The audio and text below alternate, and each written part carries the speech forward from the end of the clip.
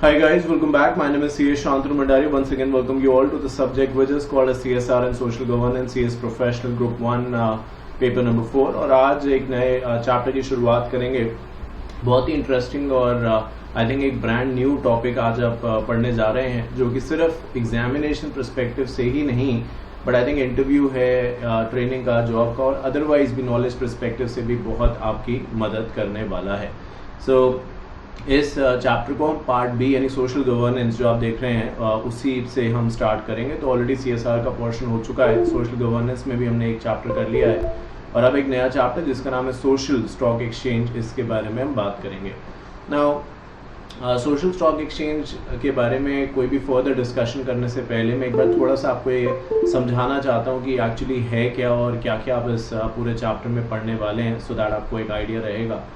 देखिए, IPO FPO market जो है या पब्लिक इशू या एक तरीके से पैसे रेज करने के बारे में जब हम बात करते हैं तो उसके बहुत सारे ऑप्शंस तैयार हो गए, बहुत सारे इंस्ट्रूमेंट्स तैयार हो गए, ऑल्टरनेटिव मार्केट में आ गए जिसके ज़रिए आप वो कर सकते हैं। पर अब सवाल ये हो रहा था कि उसके अंदर तो इतनी डाइवर्सिटी आ रही है, पर दूसरी तरफ कोई बात नहीं कर रहा है। क्योंकि आज जैसे कि आप जानते हैं कि अगर आपको सोसाइटी तौर पे किसी की मदद करनी है तो आप ये करते हैं कि ठीक है, आप चंदा दे देते हैं, तो इंग्लिश में कहते हैं उसको, आप डोनेशन जो है वो दे देते हैं और सामने वाला आपको एक रिसीट भी दे देता है।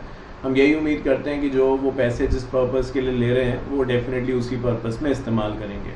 पर ऐसे बहुत सारे इंसिडेंट सामने आए हैं जहाँ पे ऐसा नहीं होता है। वो पैसे तो ले लेते हैं पर जो कॉज होता है वो उसके लिए उस पैसे को इस्तेमाल नहीं करते। क्योंकि ये थोड़ा अनरेगुलेटेड चीज़ थी तो गवर्नमेंट को भी बहुत ज़्यादा पता नहीं चल रहा था और इससे ब्लैक मनी या जो बाकी ऐसी चीज़ें हैं, टैक्स इवेजन एंड एवरीथिंग, वो काफ़ी हद तक हो रहे थे।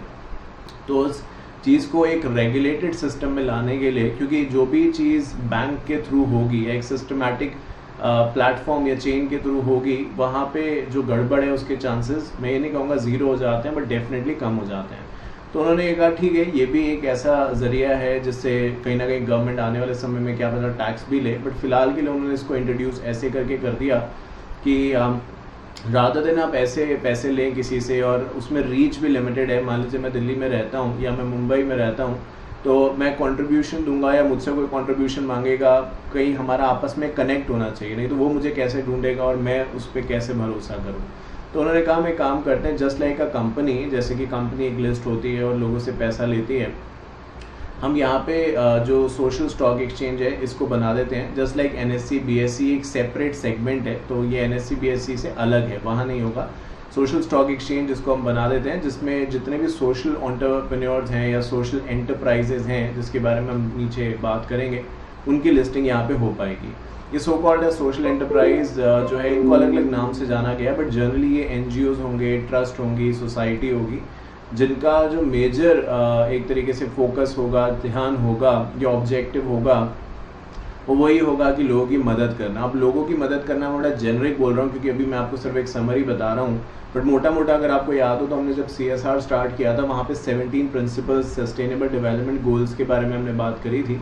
तो उससे कुछ मिलती जुलती बातें, एग्जैक्टली सेम तो नहीं बट मिलती जुलती बातें, कि पावर्टी आपको ख़त्म करनी है, एजुकेशन देनी है, women empowerment, senior citizen, old age homes बनाने हैं, बेटर हॉस्पिटलाइजेशन देना है, हाइजीन फैसिलिटी देनी है, घर देना है, इस तरीके की बातें जो थी। अगर वो एनजीओ ऐसा कुछ काम कर रहा है और पिछले 3 साल से करता आया है तो पहला ट्रैक रिकॉर्ड आपका होना चाहिए। तो ऐसे नहीं कि आप आज आपने एनजीओ के तौर पर रजिस्टर कराया और कल आप सोशल स्टॉक एक्सचेंज पहुंच गए। आई थिंक ये 3 साल वाली बात तो फिर वहीं से आती है जो आईपीओ के अंदर भी क्राइटेरिया है कि अगर आप एक पब्लिक इशू लेके आ रहे हैं in the form of IPO, तो वहाँ पे भी आपका प्रीवियस ट्रैक रिकॉर्ड देखा जाता है, not in terms of years only but profitability and everything भी देखी जाती है। तो यहाँ पे क्या प्रॉफिट का तो मतलब बनता नहीं है, क्योंकि हम यहाँ पे जो काम कर रहे हैं वो एक समाज सेवा के पर्सपेक्टिव से कर रहे हैं, बट डेफिनेटली पिछले 3 साल का रिकॉर्ड आपका देखा जाएगा कि आपने कितने लोगों की ज़िंदगी में बदलाव लाए हैं या कोशिश करी है, कितना पैसा उसमें खर्च हुआ, ये सारी की सारी बातें यहाँ पे कही गई हैं। तो ये हम सब जानेंगे समझेंगे जब इस चैप्टर के बारे में और डिटेल में बात करेंगे। अब क्योंकि ये लिस्टिंग से इंस्पायर्ड है, स्टॉक एक्सचेंज इसमें इन्वॉल्व हो रही है, तो आप जानते हैं कि स्टॉक एक्सचेंज से अगर कोई भी बातचीत हमें करनी है तो सेबी वो एक रेगुलेटरी एजेंसी अथॉरिटी है जिसके थ्रू ये सब कुछ होगा। तो सेबी भी डेफिनेटली इस चीज़ पे नज़र बना के रखेगा एंड क्योंकि इनकी लिस्टिंग होनी है और इश्यूज होने हैं यूनिट्स वगैरह का, जिसको ज़ीरो कूपन बॉन्ड्स वगैरह भी कहेंगे, ये सब हम पढ़ेंगे। तो सर मैं आपको जनरलाइज बता रहा हूँ। तो यहाँ पे देखेंगे कि जो ICDR है या LODR है उसके प्रोविजंस भी लागू होंगे। आपका एक ग्रुप सेकंड में सब्जेक्ट है strategic management and corporate finance, तो वहाँ पे भी इसके बारे में थोड़ी सी बात करी जाती है, बट वो एक मिनिएचर है, डिटेल में डिस्कशन हम इसका यहाँ पे करेंगे, बट एक्चुअली कंसेप्ट तो बदलेगा नहीं, चाहे वहाँ बात करें चाहे यहाँ पे करें। तो चलिए अब बातचीत करनी स्टार्ट करते हैं और डिटेल में समझते हैं आखिरकार यहाँ पे कैसे क्या कहा गया है। और ये भी जानते हैं कि क्या इंडिया में कोई सोशल स्टॉक एक्सचेंज, अभी सोशल स्टॉक एक्सचेंज पे कोई ट्रस्ट या कोई भी एंटिटी लिस्ट हुई है, नहीं हुई है, एंड दुनिया में इस चीज़ को कैसे देखा जा रहा है। क्या दुनिया में ऑलरेडी सोशल स्टॉक एक्सचेंज बहुत सारे देशों में बनाई हुई हैं, और अगर बनाई हुई हैं तो क्या वो अच्छे से काम कर पा रही हैं या नहीं कर पा रही हैं, उससे भी हमें इसका आइडिया लग जाएगा कि फ्यूचरिस्टिक अप्रोच क्या हो सकती है। ऑल्दो हर देश अपने आप में अलग है, उसके गवर्नेंस मॉडल्स अलग हैं, बट फिर भी एक आइडिया शायद हमें लग सकता है। चलिए बात करनी है, अब स्टार्ट करते हैं। सोशल स्टॉक एक्सचेंज के बारे में बात करते हैं तो देखिए सबसे पहले यही आ गया कि रूट्स टू रूट जो है वो इंडिया का first not for profit organisation बना है आर्ट एंड कल्चर कैटेगरी में। तो इसमें भी कैटेगराइजेशन है, जैसे कि एक हॉस्पिटैलिटी हो गया, विमेन एम्पावरमेंट हो गया, आर्ट एंड कल्चर आप देख रहे हैं, एजुकेशन को लेके हो गया। तो इस कैटेगरी का सबसे पहला NGO है जो कि नेशनल स्टॉक एक्सचेंज पे लिस्ट हुआ, और उसके जरिए उन्होंने पैसे भी रेज करे हैं। अब यहाँ पे देखेंगे लिस्टिंग सेरेमनी में आपको फिल्म स्टार्स वगैरह भी देखेंगे अपार्ट फ्रॉम द ऑफिशियल्स, तो ये डेफिनेटली बात यहाँ पे कही गई है। बात रेगुलेटरी फ्रेमवर्क की करते हैं, तो रेगुलेटरी फ्रेमवर्क बेसिकली वो चीज़ें हैं जो कि कहीं ना कहीं इस नए टॉपिक का इन सब चीज़ों पे फ़र्क आएगा। तो मैंने अभी आपके सामने जिक्र किया LODR और ICDR, उनके रेगुलेशंस को भी मॉडिफाई किया गया है, क्योंकि अब लिस्टिंग इनकी होनी है तो अलग से इसके रूल्स नहीं है। LODR के अंदर ही कुछ सेक्शंस डाले गए हैं जिसको यूज़ करते हुए, जिसके तहत इस सोशल स्टॉक एक्सचेंज में सोशल एंटरप्राइजेस की जो लिस्टिंग है वो कराई जा सकती है। तो यही बात कही गई है। Security exchange board of India ICDR, जिसके थ्रू आप ये इश्यूज़ वगैरह करेंगे, वो ICDR का पार्ट बन जाता है। और जब आप लिस्टिंग के बारे में बात करते हैं, जहाँ पे so called as designated stock exchange के साथ आप एक लिस्टिंग अग्रीमेंट में एंटर करते हैं, जहाँ पे टर्म्स एंड कंडीशन स्पेसिफाइड होती हैं, तो वो LODR का पार्ट बन जाता है। इंट्रोडक्शन के तौर पे बात करें तो object of introduction of SSE यानी social stock exchange is to attract social investors to participate in financing social enterprise. SSC, तो देखिए एक बार बता दिया, SSC का मतलब है सोशल स्टॉक एक्सचेंज। तो जगह जगह आप SSC जो होगा उसका नाम देखेंगे, और जब जब ये आप देखें तो मान लीजिए सोशल स्टॉक एक्सचेंज, ठीक है, ये हो गया SSC। और अगर कहीं आप देखते हैं सिर्फ लिखा है SE, तो इसका मतलब है social enterprise. So SSC serve as a mediator between the social enterprise that need funding and the investor who wants or willing to invest their money for a social cause. तो यहाँ पे dividend वाला हिसाब किताब नहीं है कि आप यहाँ पे रिटर्न के लिए बहुत बड़े मैसिव रिटर्न के लिए कुछ कर रहे हैं, क्योंकि ऑब्जेक्टिव जब जिन चीज़ों का मैंने नाम लिया, आई थिंक उससे ही आपको आइडिया लग गया। मैंने NGO, चैरिटी, सोसाइटी, इन सब चीज़ों का नाम लिया, वो चाहे स्टेट गवर्न है या स्टेट गवर्न नहीं है। तो ये सारे वो स्ट्रक्चर्स हैं जिनके ज़रिए कोई ऐसा प्रॉफिट की बात नहीं करी जाती, कम्युनिटी डेवलपमेंट या सस्टेनेबिलिटी के टॉपिक्स के ऊपर ये बनते हैं, और उसी पे इनका फ्यूचर जो होता है वो अलाइंड रहता है। तो दैट वे ये सारी बात कही गई है। तो यही बताया गया, और आई थिंक मैं कुछ देर पहले ये कह रहा था आपसे कि अगर मैं लेट्स से मुंबई में रहता हूँ और मैं ढूंढ रहा हूँ कोई ऐसी संस्था जिसको मैं पैसा दे सकूँ, क्योंकि मुझे ऐसा लगता है कि हमारी अब जैसे कंपनी की कुछ जिम्मेदारियाँ हैं जिसको आप CSR कहते हैं, तो इंडिविजुअल की भी कुछ जिम्मेदारियाँ बनती हैं, तो उस तहत मुझे लगता है कि मुझे भी कुछ कंट्रीब्यूट करना चाहिए। बट सवाल है कि मैं पैसे किसको दूँ, क्योंकि मेरी मेहनत की कमाई है, दिन भर मैं यहाँ बैठा रहता हूँ, सुबह से लेके शाम तक, शाम से लेके रात, पता ही नहीं चलता, बाहर गर्मी सर्दी सब मौसम बीते जा रहे हैं, मैं यहीं बैठा हूँ। तो जब मैं इतनी मेहनत कर रहा हूँ तो मैं चाहूँगा कि अगर मैं कंट्रीब्यूट कर रहा हूँ तो डेफिनेटली एक अच्छे कॉज के लिए करूँ, बट मुझे कैसे पता चले कि सामने वाला जो कह रहा है वो कितना सच है और कितना झूठ है।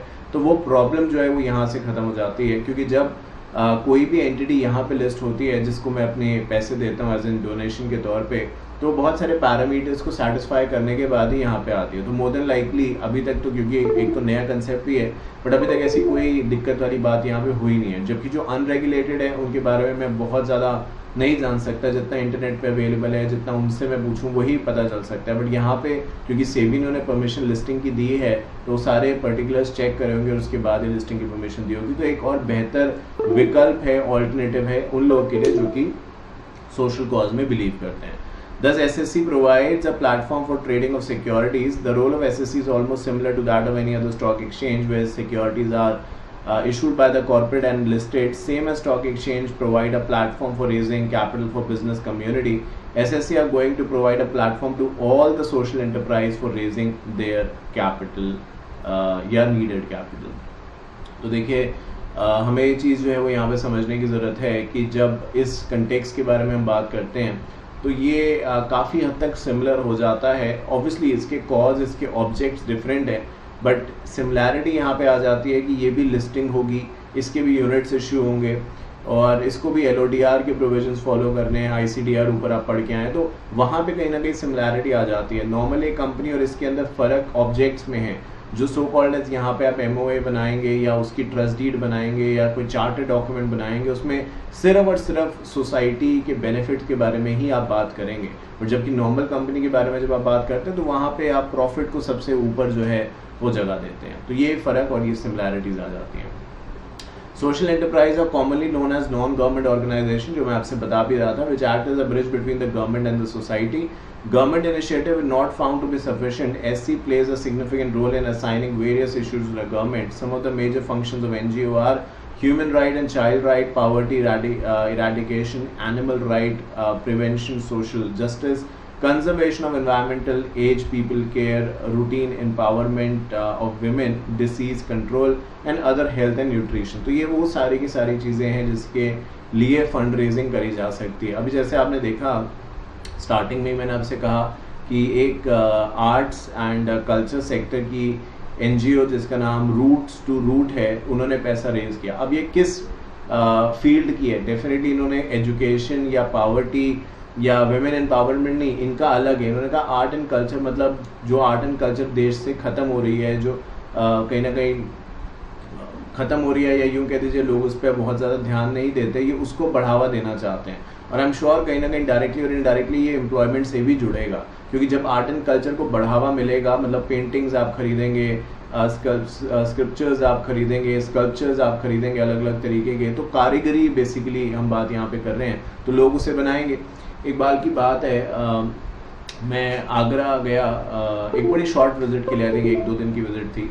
तो वहाँ पे क्या कहते हैं, आपने देखा होगा बहुत सारे, वैसे भी आप कहीं भी ट्रैवल करते हैं, नॉट जस्ट आगरा बट कहीं भी आप ट्रैवल करते हैं, तो आप देखेंगे कि वहाँ पे कहीं ना कहीं ऐसी बहुत सारी चीज़ें होती हैं जो लोग हाथ से बनाते हैं, जिसको हैंडीक्राफ्ट भी कहते हैं। तो आई थिंक उस पर्सपेक्टिव को भी हम यहाँ पे बात कर रहे हैं, तो उस पर हम ये सारा का सारा पैसे लगाएंगे। तो ये सोशल कॉज है, तो इसके लिए आप यहाँ पे लिस्ट होके पैसे रेज कर सकते हैं, जो मैंने आपसे पहले भी कहा। तो ये जो बात है वो यहाँ पे कही गई है।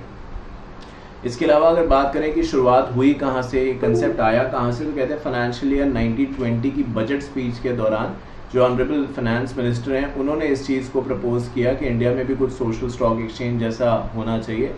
और इसी चीज़ को ध्यान में रखते हुए फिर सेबी ने एक अपना WG, अब यहाँ पे एक तो हमने बात कर ली SSC सोशल स्टॉक एक्सचेंज, फिर हमने बात कर ली सोशल एंटरप्राइज, अब हम बात कर रहे हैं WG, नीचे और बात करेंगे TG के बारे में, बट WG है वर्किंग ग्रुप फिलहाल, ठीक है। तो जहाँ जहाँ WG आए वर्किंग ग्रुप आप उसको, उसकी फुल फॉर्म है। तो जब ये अनाउंसमेंट कर दी गई तो फिर सेबी ने एक वर्किंग ग्रुप बनाया जिसका ऑब्जेक्टिव यही था कि वो बताए कि कैसे क्या करना है, बिकॉज ये अभी नया कंसेप्ट था, कोई ऑलरेडी चीज़ तो थी नहीं। आप देखते हैं बहुत बार कि जब इवन कंपनीज एक्ट बना, LODR, ICD ये सब बने, तो ये डायरेक्टली नहीं बन गए। पहले एक कमेटी बनाई जाती है, उसमें जो इमिनेंट एक्सपर्ट्स होते हैं उन्हें इसका पार्ट बनाया जाता है, including stake holders and other people जिनको उस फील्ड में एक्सपीरियंस है, और डिपेंडिंग अपॉन वहाँ पे क्या तय होता है उसका ड्राफ्ट फिर बन के जाता है और फिर उसके ऊपर कानून बनता है। तो यहाँ पे भी कुछ ऐसा ही हुआ कि सितंबर 2019 में वर्किंग जो एक तरीके से ग्रुप था या कमेटी थी, उन्होंने रिकमेंडेशन बताया कि क्या स्ट्रक्चर पॉसिबल हो सकता है सोशल स्टॉक एक्सचेंज का, कैसे इसको लाना चाहिए। मतलब शुरुआती जो बातचीत थी अब वो पेपर्स पे आनी स्टार्ट हो गई थी। The working group consisted of representative of stakeholders active in the space of social welfare, social impact investing, representative from Ministry of Finance and stock exchange NGOs. तो जो लोग इस सोशल एक्सचेंज से डायरेक्टली इनडायरेक्टली रिलेट करते हैं, अब देखिए सेबी है तो वो चाहेगा कि एक बेहतर कानून बन सके जिससे कि आने वाले समय में भी उसको यूज़ किया जा सके, और वो तभी होगा जो हमने पहले भी बात करी अलग अलग जगहों पे जब इम्पैक्ट असेसमेंट के बारे में बात कर रहे थे CSR के कंटेक्स्ट में, तो कह रहे थे कि लोगों को जितना इन्वॉल्व करेंगे उतना डिसीजन मेकिंग अच्छी हो सकती है। तो यहाँ पे उन्होंने जो NGOs हैं या जो एक्सपर्ट्स हैं या जो सोसाइटी के बारे में समझते हैं कि क्या दिक्कतें हैं, and apart from government officials, उन सबको जोड़ा गया और एक कमेटी बनाई गई जिसका काम था कि वो बताएं कि कैसे इसका स्ट्रक्चर सेटअप करें, वो स्ट्रक्चर कैसे रजिस्ट्रेशन होगा, कोई फीस होगी नहीं होगी, मतलब क्या क्या पैरामीटर्स उसे सेटिस्फाई करने होंगे। ये 2019 की बात थी। फिर आया सितंबर 2020, उसमें दोबारा से, तो एक साल के बाद दोबारा से एक TG बनाया गया। तो ऊपर WG था जो वर्किंग ग्रुप था, अब TG है जो कि एक टेक्निकल ग्रुप है। The technical group was also tasked to recommend on the matters related to scope of the work, eligibility, regulations of social auditor. The TG also considered the public comment received in respect of the WG report. WG मतलब working जो group है उसकी report. तो working group ने अपनी report दे दी जिसमें उन्होंने initial structure बताया कि ऐसे ऐसे होना चाहिए, पर बहुत बार जो स्ट्रक्चर में भी इतनी स्टोरी आपके इसमें है नहीं, ना ही जानने या समझने की ज़रूरत है, बट फिर भी आपकी एक बेहतर अंडरस्टैंडिंग के लिए उन्होंने कोई भी प्रोविजंस बनाए तो वो किसी सेक्शन से कोलाइड कर रहे हैं या किसी सेक्शंस को ओवर रूल कर रहे हैं। तो टेक्निकल टीम ने फिर उस चीज़ का रास्ता निकाला कि कैसे जो प्रोविजंस हैं उन्हें भी लाया जा सके, लाइक LODR या ICDR या जो भी और रेगुलेशंस हैं, और जो एग्जिस्टिंग प्रोविजंस हैं उनको भी मेंटेन किया जा सके। तो टेक्निकल टीम ने इन सब चीज़ों का रास्ता निकाला, और ये भी आई थिंक सवाल फिर आने लगा क्योंकि ये एंटिटी है तो ऑडिट तो इसका होना बनता है, तो कौन करेगा ऑडिट, किस तरीके की क्वालिफिकेशन चाहिए या कोई सर्टिफिकेशन चाहिए, तो इसके बारे में भी यहाँ पे बात होने लग गई। तो अलग अलग एरियाज़ के बारे में हम बात कर रहे थे। ये कुछ ऐसा है कि मान लीजिए हमें एक ऑल टुगेदर नई बिल्डिंग बनानी है, तो पहले हम देख रहे हैं कि हाँ जगह मिल गई, अब फिर उसके बाद कितनी स्टोरी की बिल्डिंग बननी है, क्या डायरेक्शन रहेगा, क्योंकि आजकल हम बात करते हैं आपको पता है ग्रीन बिल्डिंग्स के बारे में, तो जहाँ पे धूप भी आए, हवा भी आए, एनर्जी का कम से कम इस्तेमाल हो, नेचुरल रिसोर्सेज ज़्यादा इस्तेमाल हम कर सकें। तो हम हर तरीके से पर्सपेक्टिव को कंसिडर कर रहे हैं। फिर गवर्नमेंट की अथॉरिटीज़ क्या कहती हैं, बन सकता है नहीं बन सकता, कितनी स्टोरी बननी है इस बिल्डिंग के अंदर, क्या फैसिलिटीज़ होनी है, ये सब जब हम स्क्रैच से सोच रहे हैं तो उसी तरीके की बात यहाँ पे कर रहे हैं। ऑब्वियसली यहाँ बिल्डिंग नहीं बना रहे, बट बात हम उसी तरीके की या उसी कंटेक्स्ट में कर रहे हैं कि एक टॉपिक के स्टार्ट से लेकर एंड तक जो जो चीज़ें हमारे दिमाग में आ रही हैं, जो जो चीज़ें होनी चाहिए उस चीज़ को चलाने आगे बढ़ाने के लिए, वो यहाँ पे वर्किंग ग्रुप कह दीजिए या टेक्निकल ग्रुप कह दीजिए, मिलजुल के बता रहे हैं, हेल्प कर रहे हैं। ना कुछ की रिकमेंडेशन दी गई है इस तौर पे। तो वर्किंग ग्रुप या टेक्निकल ग्रुप का ये कहना है, सोशल स्टॉक एक्सचेंज में be constituted as a separate segment under existing stock exchange. A social enterprise may be eligible for an onboarding on SSC if it demonstrates the social intent and impact on its primary goals and it report of such impact. This is irrespective of the legal structure of the enterprise. So social enterprise जो है वो onboarding के लिए eligible है। मतलब social enterprise कौन है, मैं अभी डेफिनेशन भी इसकी मैं आपको पढ़ाऊंगा, बट जनरलाइज तौर पे फिलहाल के लिए हम कह सकते हैं वही NGO, सोसाइटी, ट्रस्ट वगैरह। तो कहते हैं कि वो SSC सोशल स्टॉक एक्सचेंज पे लिस्ट हो सकते हैं अगर उनकी सोशल इंटेंट है। ना यहाँ पे दो चीज़ों की डेफिनेशन मुझे अभी पढ़ानी है, तो मैं पढ़ाऊंगा, घबराइएगा मत। एक सोशल एंटरप्राइज क्या है जिसको मैं बता चुका हूँ, और एक सोशल इंटेंट क्या है इसको भी बता चुका हूँ। मैंने कुछ ही देर पहले आपको बोला कि भाई हम काम करेंगे poverty, hunger, better lifestyle, women empowerment, senior citizen, ये सब कुछ हमारी सोशल इंटेंट का ही पार्ट है। मैंने बातों बातों में इसको सस्टेनेबल डेवलपमेंट गोल से भी जोड़ा, बिकॉज वहाँ पे भी ऑलमोस्ट मिलजुला के यही चीज़ें कही गई हैं। तो यही कहते हैं कि कोई भी सोशल एंटरप्राइज जो है वो लिस्ट हो सकता है सोशल स्टॉक एक्सचेंज पे, प्रोवाइडेड उसकी सोशल इंटेंट हो और यहाँ पे लिखा नहीं है बट अभी हम नीचे पढ़ेंगे कि इंटेंट का मतलब बस ये नहीं है कि हाँ मैं करना चाहता हूँ, आपने पिछले 3 साल करके दिखाया है। आपने पिछले 3 साल सोसाइटी में अलग अलग तरीके के काम किए जिससे कि जो लोग हैं, कम्युनिटी है जहाँ पे भी आपने काम किया उनको काफ़ी मदद मिली है। तो ये ट्रैक रिकॉर्ड भी जो है वो यहाँ पे देखा जाएगा, इससे पहले रजिस्ट्रेशन के बारे में कोई भी बात करी जा सके। The TG has recommended the NPO may be required to be registered prior to raising funds through SSC and has put forth the qualification criteria। तो वही qualification है। आप NGO सिर्फ नाम से ऐसे नहीं होगा, जैसे कि कंपनी को आप रजिस्टर कराते हैं वैसे अपने so called as not for profit organisation को भी आप रजिस्टर्ड कराएंगे। और एक रजिस्ट्रेशन जो होगा वो अथॉरिटीज़ के साथ होगा, दूसरा यहाँ पे भी रजिस्ट्रेशन होगा सोशल स्टॉक एक्सचेंज में लिस्ट होने से पहले। और यहाँ पे बताया गया उसके कुछ क्राइटेरिया, उसके कुछ कायदे कानून भी रख दिए गए कि कैसे कैसे जो है वो लिस्टिंग होगी, जिसमें एक मैंने आपको बताया कि 3 साल का पीछे का ट्रैक रिकॉर्ड उसका होना चाहिए। आगे पढ़ेंगे कि 3 साल के अंदर उसने कम से कम इतना पैसा खर्च किया होना चाहिए इन सोशल इंटेंट के ऑब्जेक्टिव पे। सोशल इंटेंट क्या है जो मैंने आपको कुछ देर पहले बताया। तो ये चीज़ें आपको भूलनी नहीं है, ये सब मैं आपको पढ़ाने वाला हूँ, बट जब वो आएगा तब वो आएगा। फिलहाल के लिए जो मैं बता रहा हूँ ये उसी की ही बात बता रहा हूँ आपको, बस हमें उस चीज़ को एक डेफिनेशन के तौर पे देखना है, वो हम देखेंगे जब समय आएगा, बट यही चीज़ वहाँ पे कही गई है। The TG has recommended that post-registration NGO can directly list on SSC through the issue of zero coupon principal bond. Section 8 company can raise funds through the issue of equity. तो दोनों ही तरीके की बात यहाँ पे कही गई है। और एक्चुअली जब हम सोशल एंटरप्राइज के बारे में बात करेंगे तो उसके अंदर भी कैटेगराइजेशन होगा। एक कैटेगरी होगी एनजीओज की चैरिटी या कह सकते हैं कि सोसाइटीज़ की, ट्रस्ट की। दूसरी होगी फॉर प्रॉफिट कंपनीज की। तो ये नॉर्मल कंपनी जैसे कि नाम से समझ में आ रहा है प्रॉफिट भी कमाएंगी, बट जो ये प्रॉफिट कमाएंगी वो वापस उसी कॉज में लगा देंगी। मतलब ये नहीं कि प्रॉफिट से डिविडेंड डिस्ट्रीब्यूट हो जाएगा या और कुछ हो जाएगा, जो पैसा इन्होंने कमाया है वो वापस इसी ऑब्जेक्टिव में, सोशल इंटेंट के ऑब्जेक्टिव में लगा दिया जाएगा। भाई जब आप एक एनजीओ के बारे में बात करते हैं तो आप अकाउंटिंग के पर्सपेक्टिव से वहाँ पे इनकम एक्सपेंडिचर अकाउंट बनाते हैं, यही होता है ना। वहाँ प्रॉफिट एंड लॉस नहीं बनाते। आप कंपनी की बात करते हैं तो प्रॉफिट लॉस बनाते हैं। तो जो प्रॉफिट होगा, अगर होगा, तो कह रहे हैं कि नॉर्मली आप क्या करते हैं, उसका रिजर्व बना लेते हैं या फिर उससे डिविडेंड वगैरह दे देते हैं। यहाँ पे ऐसा कुछ है नहीं। जिसको भी आपने यूनिट्स इशू करे हैं उसको ये कह के नहीं किया कि तुम्हें इतना रिटर्न मिलेगा, क्योंकि रिटर्न की कोई बात ही नहीं है। यहाँ तो सिर्फ पैसा लगाया जा रहा है, उसके ज़रिए हम जो कमा रहे हैं वो वापस उस बिजनेस में लगा रहे हैं जिससे कि वो और जो है आगे बढ़ सके और बेहतर कर सके। तो इस तरीके से इस चीज़ को डिफ्रेंसिएशन या डिमार्केशन भी यहाँ पे किया गया है। तो ये बात जो है वो यहाँ पे कही गई है। बढ़ते हैं आगे और फर्दर इन पॉइंट्स को और समझते हैं। सो एक तरीके से ये और कुछ नहीं है, ये जो वर्किंग ग्रुप या टेक्निकल ग्रुप बनाया है उसकी हाईलाइट्स हैं जो डेफिनेटली गवर्नमेंट के सामने प्रेजेंट करी गई होंगी। So TG any technical group recommended then NPO not for profit या FP foreign portfolio जो होते हैं उसके बारे में बात करी जा रही है, क्योंकि उनका भी यहाँ पे इंटरकनेक्शन है। बट यहाँ पे अगर मुझे इस वर्ड को, एक जो लाइन मैंने अभी पढ़ा उसकी फर्स्ट लाइन पढ़ी है, पूरा पढ़ के मैं समझा देता हूँ। सो NPO नॉट फॉर प्रॉफिट या जो ऊपर हम बात करके आ रहे थे फॉर प्रॉफिट एंटिटीज़, क्योंकि मैंने कुछ देर पहले भी बताया कि ज़रूरी नहीं है कि जो सोशल एंटरप्राइज़ है उसके अंदर सिर्फ एनजीओज़ ही आएँ या सोसाइटीज़ ही आएँ या ट्रस्ट ही आएँ। कंपनीज़ के तौर पे ऊपर हमने रेफरेंस के तौर पे बोला भी सेक्शन 8 कंपनीज़ के तौर पे भी आप रजिस्ट्रेशन करा सकते हैं और उसको फॉर प्रॉफिट एंटिटीज़ भी कहते हैं। फॉर प्रॉफिट मतलब ये है कि वो प्रॉफिट कमाने के लिए बनी है, बट प्रॉफिट का डिस्ट्रीब्यूशन डिविडेंड के फॉर्म में नहीं होता है। वहाँ पे जो पैसा वो कमाते हैं उसको दोबारा से उसी ऑब्जेक्ट में लगा देते हैं जिसके ऊपर वो काम कर रहे हैं। अभी हम नीचे इंडिया में देखेंगे कि सोशल एंटरप्राइजेज इंडिया में जो एग्जिस्ट करते हैं वो कौन से हैं और उन्होंने कैसे चीज़ों को बेहतर किया है, ये भी हम जानेंगे। That are tagged as social enterprise may be required to make disclosure on the social impact on the annual basis, covering aspects such as strategic intent and planning, approach, impact scorecard, etc.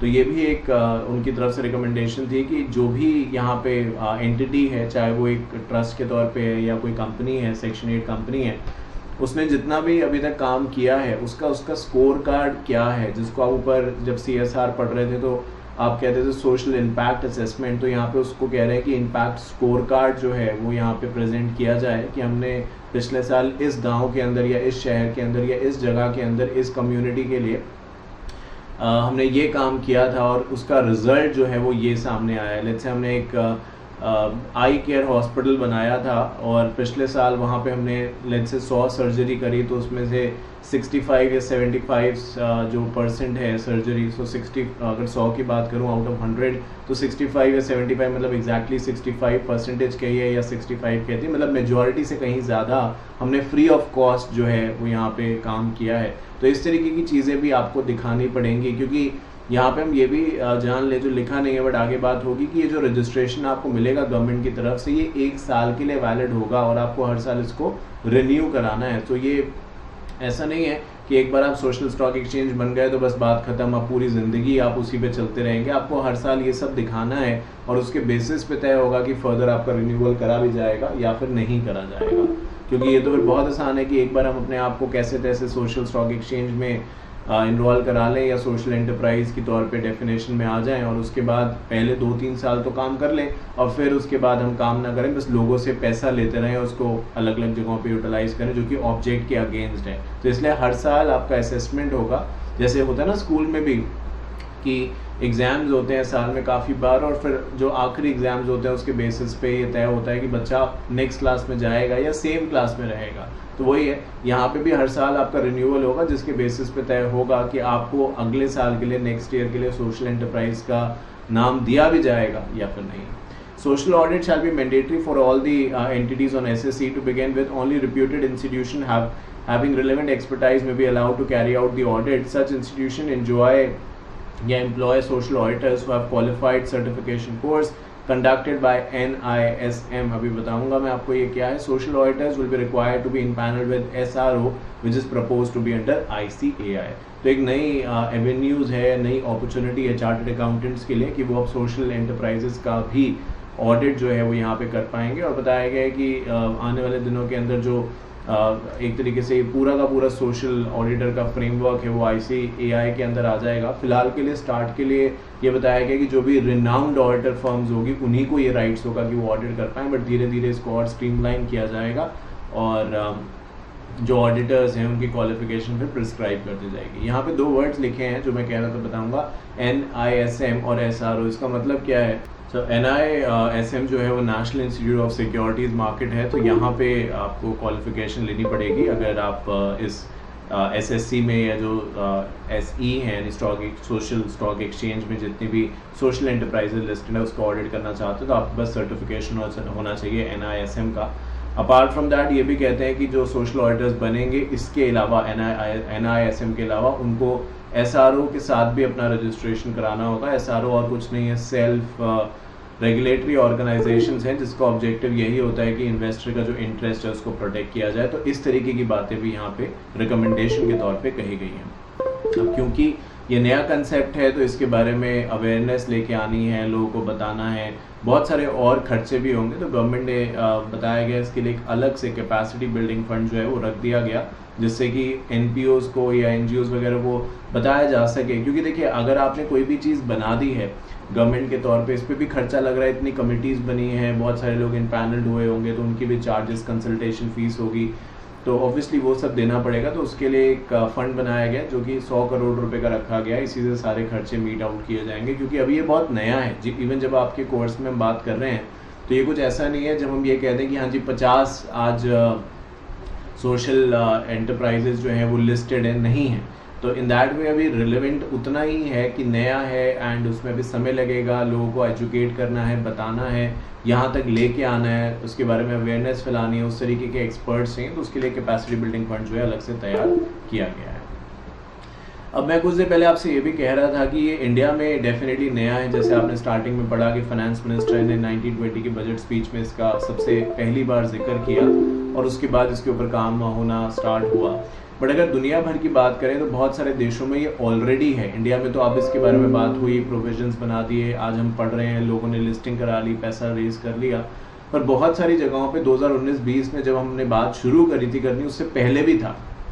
तो ये report एक छपी हुई है जहाँ पे ये कहते हैं कि सोशल स्टॉक एक्सचेंज जो है is yet to take off in any country. मतलब कोई भी ऐसी कंट्री नहीं है दुनिया के अंदर, एटलीस्ट हम जब बात डेवलप कंट्रीज़ की करते हैं, क्योंकि अंडर डेवलप से तो क्या उम्मीद आप करेंगे, ऊपर ही देखेंगे आप। तो डेवलप कंट्रीज़ में कोई ऐसी कंट्री नहीं है जहाँ पे ये कह दिया जाए कि हाँ सोशल स्टॉक एक्सचेंज का कंसेप्ट बड़ा फल फूल रहा है, बहुत फ़ायदा उसमें हो रहा है, ऐसा नहीं है। तो in the end of the day ये टॉपिक हर जगह बड़ी नेसेंट स्टेज पे है, कहीं जगह वो अलग तरीके से चल रहा है, बट कहीं भी हम ये नहीं कह पा रहे एटलीस्ट इस रिपोर्ट को देख के कि बहुत सब्सटैंशियल प्रोग्रेस हासिल कर ली है। ये तो टाइम ही बताएगा कि इंडिया में किस तरीके से आगे बढ़ेगा। अब जब ये चीज़ आई तो कुछ देर पहले मैंने कहा कि LODR ICDR के अंदर बदलाव किए गए, तो वही आपके सामने है। एक नया चैप्टर जिसका नाम 9A है वो इंसर्ट किया गया, जिसके अंदर रेगुलेशन 91A से 95F तक बनाई गई। ये याद करने की जरूरत नहीं, सिर्फ समझने के लिए है कि एक चीज़ के लिए हमने बहुत सारे रेगुलेटरी प्रोविजंस को भी एडजस्ट किया है। is introduced by SEBI by amending LODR and lays down the framework of SSC effective from 25th July. On the same date, SEBI also notified amendment to the ICDR, क्योंकि ये दोनों ही regulations ऐसे हैं जो effect हो रहे हैं, LODR भी ICDR भी, जिसके आई थिंक बारे में हमने चैप्टर के राइट वेरी स्टार्ट पहला टॉपिक ही यही था, इसी के बारे में बात करी थी। तो अलग अलग चैप्टर्स अलग अलग प्रोविजंस बना दिए गए हैं जिससे कि सोशल स्टॉक एक्सचेंज और उसके रेगुलेटरी प्रोविजंस को अकोमोडेट किया जा सके। The set regulation mainly deal with the eligibility criteria of social enterprise to be listed, avenues available to SC to raise funds, procedure for the issue of securities, disclosures and reporting and other obligation। तो कैसे list होंगी, कौन से instrument issue करेंगे, ऊपर आपने जैसे auditor के बारे में बात करी, ऐसे यहाँ पे कहा गया कौन से इंस्ट्रूमेंट इशू करेंगे, किस तरीके से रिपोर्ट्स देंगे। जैसे कि आप जानते हैं नॉर्मल कंपनीज के तौर पे रिपोर्टिंग रिक्वायरमेंट होती है कि उन्हें बताना होता है लाइक बोर्ड मीटिंग से पहले, बोर्ड मीटिंग के बाद, सुना है ना सब क्वार्टरली है, हाफ ईयरली है, ईयरली है। तो ऐसे इनकी क्या क्या ऑब्लिगेशन होंगी, इनको इस सेक्शंस के अंदर डिफाइन किया गया है। जितना भी आपके कोर्स में मैं सब कुछ आपको बताने वाला हूँ, तो ये नहीं है कि आपको कहीं और रेफर करने की जरूरत है। जितना रिलेवेंट है आपके एग्जामिनेशन पर्सपेक्टिव से, आपकी नॉलेज पर्सपेक्टिव से सब कुछ बताने वाला हूँ, बस सुनते जाइए और जहाँ जहाँ इंपॉर्टेंट लगती है कोई भी बात, कोई भी एग्जाम्पल, जैसे मैं आपसे बार बार रिक्वेस्ट करता हूँ, तो उसको लिखते भी जाइए। बात करते हैं सोशल स्टॉक एक्सचेंज के मीनिंग के बारे में। ऑलरेडी इतना हमने पढ़ लिया तो आप मीनिंग कुछ खास लगेगा नहीं, क्योंकि ऑलरेडी बात करके आ चुके हैं। कह रहे हैं कि social stock exchange means a separate segment of recognised stock exchange having nationwide terminal permitted to register not for profit organization or list the securities issued by not for profit organization in accordance with the regulation। Social stock exchange मैंने आपसे पहले भी कहा था, NSE BSE जो है वो अलग चल रहे हैं, ये एक सेपरेट सेगमेंट है, एक अलग से स्टॉक एक्सचेंज। वैसे अगर आज आपसे कोई बात करे कि नेशन वाइड टर्मिनल्स कितनी स्टॉक एक्सचेंज की, तो आप कहेंगे सर 2 के हैं, NSE और BSE। बट अब SSC भी उसके अंदर जुड़ जाएगा, जब ये बहुत फेमस हो जाएगा, पॉपुलर हो जाएगा, तो हम कहेंगे एक और स्पेशल सेगमेंट भी है जिसमें एक पर्टिकुलर तरीके की एंटिटीज ही लिस्ट हो सकती हैं, उसका नाम सोशल स्टॉक एक्सचेंज है। यहाँ पे NPOs या not for profit organisation list हो सकते हैं अपनी सिक्योरिटीज को इशू करके, पैसा रेज करके, so called as social intent, जो नीचे अभी आएगा उसमें लगाएंगे। अब बात यह है कि भाई सोशल एंटरप्राइज, जिसको बहुत देर SE भी कह रहे थे ऊपर, वो आखिरकार है क्या। मैंने आपको ऑलरेडी बता दिया, कोई भी जो ट्रस्ट है वो, या कोई ट्रस्ट जो है वो स्टेट के हिसाब से बना है। एक तो आपने ट्रस्ट एक्ट के हिसाब से रजिस्टर कराया जो सेंट्रल गवर्नमेंट का है, अब राज्य सरकारों के भी हैं ट्रस्ट एक्ट, तो उसके हिसाब से अगर आपने बनाया, कोई सोसाइटी रजिस्टर्ड कराई है, कंपनी इनकॉर्पोरेट करी है, जिसको आप सेक्शन 8 भी कह रहे थे, ऊपर बात कर रहे थे, विद प्रॉफिट या फॉर प्रॉफिट कंपनी, तो वो इसके अंदर आ जाता है, या और भी कोई एंटिटी जो सेबी समय से स्पेसिफाई करे, बट मेनली फिलहाल के लिए ये 4 ही हैं, जिसके अंदर कंपनीज आ जाती हैं, ट्रस्ट वो वाले आ जाते हैं जो गवर्नमेंट ने बनाए हैं या लोगों ने बनाए हैं, और सोसाइटीज आ जाती हैं। मिलजुल के यही है जो सोशल एंटरप्राइज की डेफिनेशन में फॉल करता है। अब बात करते हैं सोशल इंटेंट के बारे में कि कब, क्योंकि सोशल एंटरप्राइज ऐसे कोई नहीं बन जाएगा, मतलब वो लीगल स्ट्रक्चर तो उनको रखना है, जो ऊपर हमने बात करी कि वो NGO हो या NPO हो या कोई चैरिटी हो जो कि ट्रस्ट एक्ट के हिसाब से रजिस्टर्ड हुई हो, चाहे सेंट्रल गवर्नमेंट की चाहे स्टेट की, ये तो एक काम करने का लीगल स्ट्रक्चर हो गया। बट आप काम क्या करेंगे वो आता है सोशल इंटेंट के अंदर। आपकी इंटेंशन क्या है, किस इंटेंशन से आपने ये चीज़ स्टार्ट करी है, क्या आप करना चाहते हैं, वो यहाँ पे बात करेंगे, उसी को सोशल इंटेंट कहा गया। और ये वही है जो मैंने आपको कुछ देर पहले बताया। और देख लीजिएगा मिला के जो वो प्रिंसिपल्स दे रखे थे SDG के, सस्टेनेबल डेवलपमेंट गोल 17 प्रिंसिपल्स, मैं ये नहीं कह रहा हूँ कि एग्जैक्टली ये वैसे ही है, बट अगर आप मिलाने बैठेंगे तो आप मेजॉरिटी उससे मिला पाएंगे कि एग्जैक्टली वहाँ पे और यहाँ पे एक ही जैसी बात लिखी गई है। वर्ड्स अलग अलग इस्तेमाल किए जा सकते हैं, बट मतलब वही है ना। आप चाहिएगा तो मिला भी लीजिएगा। इतना तो याद होगा, उसमें भी पावर्टी, हंगर, ये सब पहले पॉइंट्स थे, तो वही देखो यहाँ पे भी हैं। तो इनमें से आप कोई भी काम करते हैं, हेल्थ केयर, मेंटल केयर, या सेफ ड्रिंकिंग वाटर, अब एम्प्लॉयमेंट, ये सब हमने बहुत बार पढ़ा है, एम्प्लॉयमेंट, लाइवलीहुड विमेंस के लिए या LGBT कम्युनिटीज़ के लिए, क्योंकि देखो सभी को जीने का अधिकार है, ये मैंने आपसे पहले भी कहा था, हम किसी की ज़िंदगी किसी से छीन नहीं सकते, हमें किसी ने इस तरीके की पावर नहीं दी है, राइट्स नहीं दिए हैं। तो जैसा जो चाहता है, इंडिया एक आज़ाद देश है, उसमें आप रह सकते हैं प्रोवाइडेड कानून का आप फुलफिलमेंट करें। इन्वायरमेंट सस्टेनेबिलिटी के लिए नेशनल आर्ट एंड कल्चर, तो आपने देखा ऊपर एक सोशल एंटरप्राइज लिस्ट भी हुआ है सोशल स्टॉक एक्सचेंज पे आर्ट्स एंड कल्चर को बढ़ावा देने के लिए। स्पोर्ट्स की बात करें, चाहे पैरालंपिक हो, चाहे नेशनल हो, चाहे आपके ओलंपिक हो, इनमें से कहीं पे भी अगर आप काम करते हैं, यानी जो आप पैसा रेस कर रहे हैं, काम करने का मतलब ये जो भी पैसा रेस कर रहे हैं वो इनमें से कहीं भी अगर आप इन्वेस्ट करने वाले हैं तो आप सोशल इंटेंट का जो क्राइटेरिया है वो टिक हो जाएगा। तो आपने एक NGO बना लिया है, अब वो एलिजिबिलिटी क्राइटेरिया का लीगल स्ट्रक्चर आपने फुलफिल कर लिया।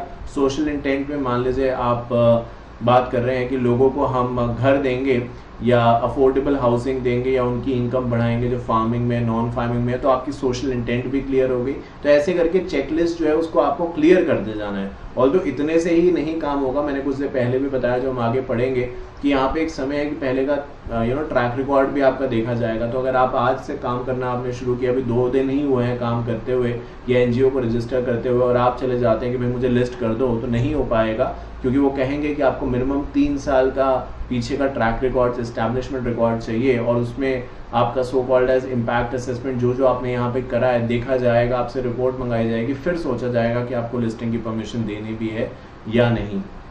क्योंकि देखिए मैंने कुछ देर पहले भी कहा, अगर यहाँ पे भी ऐसे ही है कि कोई भी आके लिस्ट कर रहा है तो फिर ये बनाने का भी क्या फायदा है। काम तो अभी भी हो रहा है, डोनेशन जिसको देनी है वो तो अभी भी दे सकता है, कोई मनाही थोड़े है। तो हम क्यों इसको लेके आ रहे हैं, क्योंकि बेटर रेगुलेटेड तौर पे चीजें हो सके, हमें पता चले जो पैसा रेस किया जा रहा है कहाँ जा रहा है, कैसे जा रहा है, क्या हो रहा है उसका।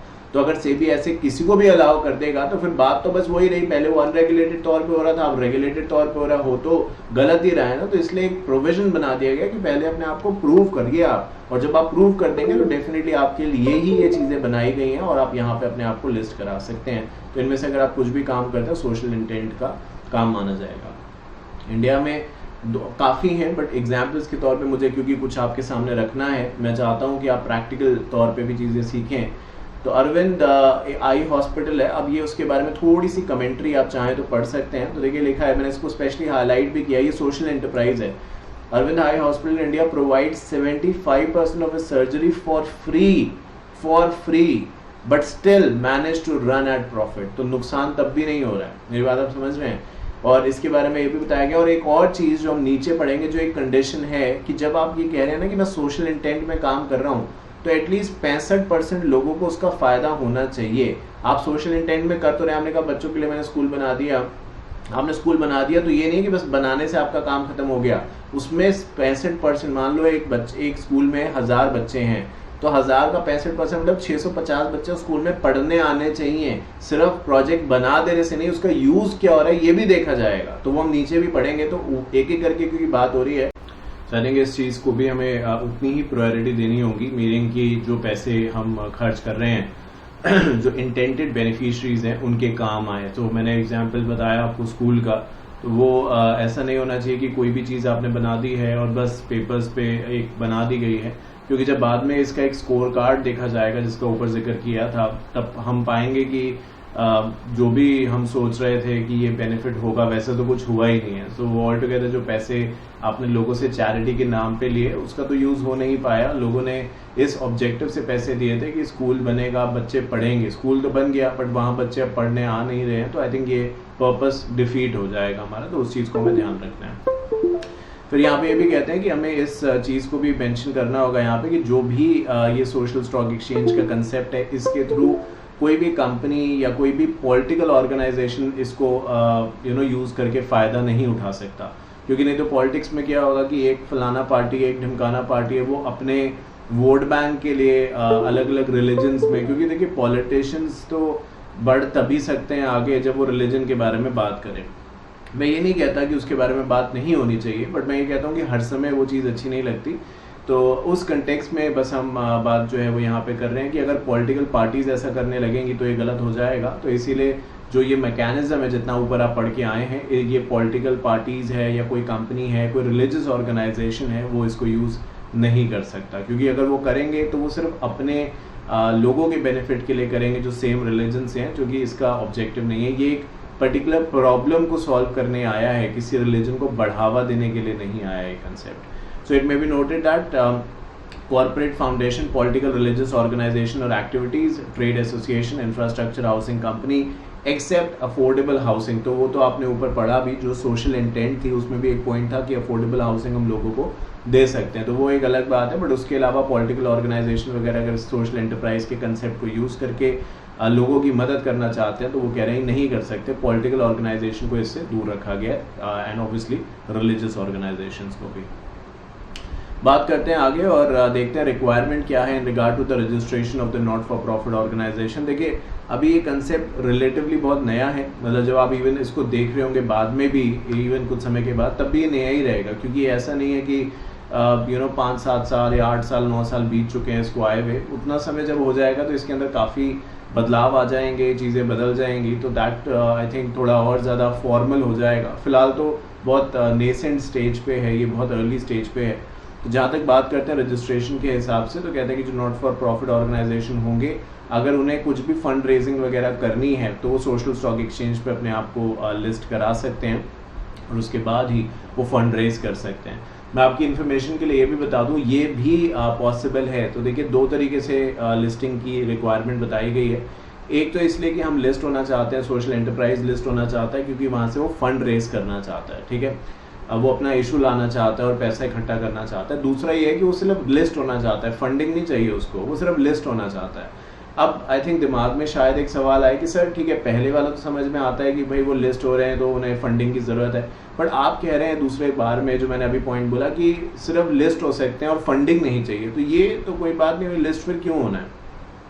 देखिए बेटर रीच के लिए, बेटर कहीं ना कहीं विजिबिलिटी के लिए वो अपने आप को यहाँ पे लिस्ट कराना चाह रहे हैं। और हमने ये भी बात करी कि अकाउंटेबिलिटी, ट्रांसपेरेंसी इन सब चीज़ों में बहुत इंपॉर्टेंट है। तो विश्वास बनाना बहुत, पैसा देने वालों की इस दुनिया में कमी नहीं है। मतलब अगर आप चैरिटेबल ऑर्गेनाइजेशन खोलते हैं, या जो आज चैरिटेबल ऑर्गेनाइजेशन चल रहे हैं, जैसे कि क्राई इंडिया में चलता है, ऑक्सफैम बहुत चलता है बाहर इंडिया में भी, तो पैसे देने वालों की कमी नहीं है। बस वो ये ढूंढ रहे हैं कि किसको हम दे दें ये पैसा, कौन होगा जिसको सही से यूज़ कर पाए। तो जब आप लिस्ट हो जाते हैं तो आपकी एक विजिबिलिटी बढ़ जाती है, क्योंकि आप देख रहे हैं कि कितने प्रोसेस से होके आपको गुजरना पड़ेगा, तब आपको जाके लिस्टिंग की परमिशन मिलेगी इस सोशल स्टॉक एक्सचेंज में। तो अगर आप लिस्टिंग तक पहुंच गए हैं, इसका मतलब आपका पहले का ट्रैक रिकॉर्ड जो है वो सही रहा है, तभी तो लिस्टिंग आपको होने दी है, या तभी तो लिस्टिंग होने की आपको परमिशन मिली है। तो ये भी बहुत बड़ा रीज़न होता है जहाँ पे सिर्फ हम लिस्ट करना चाहते हैं और फंडिंग नहीं चाहते, बट जनरली जो लिस्ट करता है वो फंडिंग ले ही लेता है।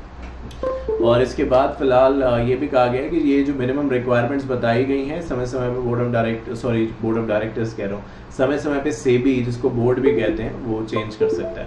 भाई कंपनी सेक्रेटरी के पर्सपेक्टिव से बोर्ड जो है वो अलग अलग मतलब कन्वे कर देता है। अगर हम कंपनी के कंटेक्स्ट में बात कर रहे हैं तो बहुत बार वो बोर्ड ऑफ डायरेक्टर बन जाता है। सिक्योरिटी मार्केट की कोई भी बात इन्वॉल्व होती है तो वो सेबी बन जाता है, सो इसलिए, बट यहाँ बोर्ड का मतलब सेबी से है। Fund raising by social enterprise, तो वो किस किस इंस्ट्रूमेंट को इशू करके फंड रेज कर सकते हैं। देखिए सोशल एंटरप्राइज पहले तो ये समझ लें एक बार, और याद दिला दूं, ऑलरेडी बता चुका हूँ कि 2 पार्ट्स में डिवाइडेड है। एक तो वो है जो चैरिटेबल ऑर्गेनाइजेशन है, ट्रस्ट हैं, सोसाइटी हैं, चाहे सरकारी हैं, नॉन सरकारी हैं, और दूसरा कंपनी है जो सेक्शन 8 कंपनीज हैं, जिसको आपने फॉर प्रॉफिट भी कहा था। और उसको समझाते हुए मैंने आपसे ये बात कही थी कि अब जो फॉर प्रॉफिट कंपनी है ये बेसिकली काम कर रही है, प्रॉफिट कमा रही है, बट जो प्रॉफिट आ रहा है वो वापस उन्हीं एक्टिविटीज़ में इन्वेस्ट हो रहा है जिसके लिए ये बनी है, जो so called as social intent है। तो प्रॉफिट अगर आप कमा रहे हैं तब भी अपने आप को आप सोशल एंटरप्राइज कह सकते हैं, प्रोवाइडेड जो प्रॉफिट है वो दोबारा से री इन्वेस्ट हो रहा है। नाउ यहाँ पे जब इंस्ट्रूमेंट इशू की बात करी गई है तो शायद दिमाग में सवाल आए कि सर हम तो यहाँ कोई, आपने बात करी कुछ समय पहले और अभी फिर से, कि हम तो ये चैरिटी के तौर पे या डोनेशन के तौर पे बात कर रहे हैं, तो ये हमें शेयर वगैरह दे रहे हैं या यूनिट्स दे रहे हैं, उसका हम क्या करेंगे और क्या उसकी कोई वैल्यू भी है? तो द आंसर इज उसकी कोई वैल्यू नहीं है। जैसे कि यहाँ पे पहला लिखा गया है कि issuance of zero coupon zero principal, कुछ वैसे आप क्या बोलते हैं, जीरो कूपन बॉन्ड्स, तो वो डिस्काउंट पे मिलते हैं और फिर आपको जो नॉर्मल प्राइस होता है उस पर रीपे होता है। वो यही तो होता है कि 100 रुपये का बॉन्ड है, 80 रुपये पे दिया जा रहा है और आपको मेच्योरिटी के समय 100 रुपये मिलेंगे, कुछ ऐसा ही कंसेप्ट है। बट यहाँ ऐसा नहीं है। ये जो आपसे पैसे लिए जा रहे हैं बस एक तरीके का मान लीजिए उसकी रसीद आपको मिल रही है, ना ये ना आप जो भी आपने पैसा यहाँ पे दिया है, मान लो 1 लाख रुपए दिया है, ना 1 लाख रुपए मिलने वाला है, ना उसका कोई रिटर्न मिलने वाला है, क्योंकि आप चैरिटी कर रहे हैं भाई। डोनेशन या charity is a one way process. ये नहीं होता कि आप कुछ दे रहे हैं उसके बदले आपको कुछ मिलेगा, और मिलेगा भी तो शायद वो ऊपर वाला देगा, अगर देना होगा उसको तो वो काइंड में मिलेगा, पता नहीं कब मिलेगा पर मिल जाएगा। ऊपर वाले के घर में देर है अंधेर नहीं है। बट इन मटेरियल वर्ल्ड आप सोचें कि आप डोनेशन दे रहे हैं, उसके बदले सामने वाला आपको डोनेशन दे या रिटर्न दे, फिर वो डोनेशन तो नहीं है। तो यहाँ पे इंस्ट्रूमेंट बताए गए हैं, but these are just kind of receipts जो आप अपने पास रख सकते हैं, क्योंकि इनके बदले कोई पैसे आपको कहीं से मिलेंगे नहीं। क्योंकि नॉर्मली क्या आपके पास शेयर है, आपने बेच दिए, पैसे मिल गए आपको, बट यहाँ तो ऐसा कुछ नहीं है। ये ना बेचे जाएंगे ना कुछ, बस ये तो ये है कि हमें सामने वाले को जो पैसा लगा रहा है उसको कुछ देना है, तो ऐसे नाम का एक इंस्ट्रूमेंट दे दिया। इसकी एज सच कोई वैल्यू नहीं है, कोई आप इसके अगेंस्ट लोन लेना चाहें या कुछ ऐसा तो कुछ नहीं मिलेगा, क्योंकि वैल्यू नहीं है इसकी। तो नॉट फॉर प्रॉफिट ऑर्गेनाइजेशन इस तरीके के इंस्ट्रूमेंट इशू कर सकते हैं, जैसे कि 0 कूपन, 0 प्रिंसिपल इंस्ट्रूमेंट।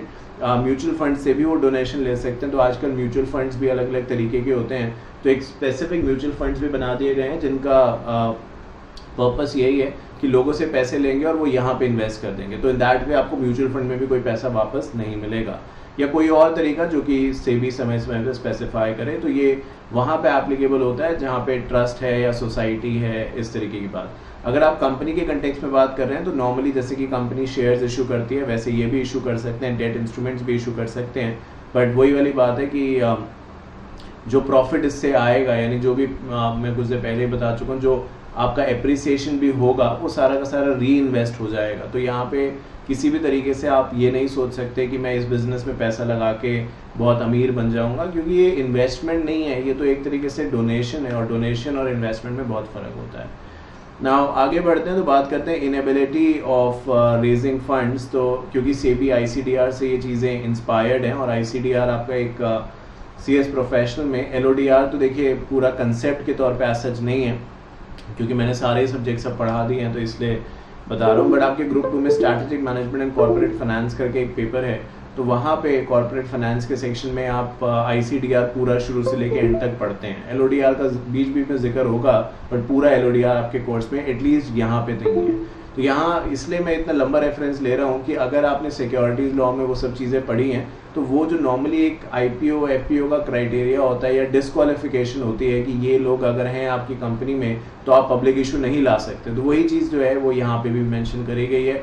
अब यहाँ पे हम ऑब्वियसली वर्ड बस हमने बदल दिया कि आप सोशल सोशल स्टॉक एक्सचेंज पे लिस्ट नहीं हो सकते अगर ये चीज़ें हुई हुई है, तो इसलिए इसको इनएलिजिबिलिटी कहा गया है। तो कोई भी अगर सोशल एंटरप्राइज जो है उसका कोई प्रमोटर ग्रुप डायरेक्टर जो है वो सेबी ने डीबार्ड किया है, सेबी ने उसको डीबार्ड किया, वो स्टॉक मार्केट सिक्योरिटी मार्केट में नहीं आएंगे, नहीं डीलिंग करेंगे, ट्रेड करेंगे, तो डेफिनेटली फिर ऐसा बंदा अगर आपकी कंपनी में है, चाहे वो प्रमोटर है चाहे डायरेक्टर है, तो जब तक वो रहेंगे तब तक आप ये सोशल स्टॉक एक्सचेंज में अपने सोशल एंटरप्राइज को लिस्ट नहीं करा सकते। तो अगर आपको लिस्टिंग करनी है तो उनका बलिदान जो है वो आपको देना पड़ेगा। और बात यहीं ख़त्म नहीं होती, बात ये भी हो जाती है कि आपकी कंपनी में जो आपकी कंपनी है या जो कंपनी में आपके लोग हैं, प्रमोटर्स एंड डायरेक्टर्स एवरीवन, उनका ट्रैक रिकॉर्ड एकदम साफ है। मैं सेकंड पॉइंट के बारे में बात कर रहा हूँ। पर एक प्रमोटर जो है वो एक से ज़्यादा कंपनीज, जैसे आप जानते हैं कि एक डायरेक्टर एक से ज़्यादा कंपनीज में भी डायरेक्टर हो सकता है, एंड सिमिलरली एक बंदा एक से ज़्यादा कंपनीज का भी प्रमोटर हो सकता है। तो आपकी कंपनी के जो प्रमोटर्स हैं, डायरेक्टर्स हैं, उनका सब कुछ बढ़िया है, साफ है ट्रैक रिकॉर्ड।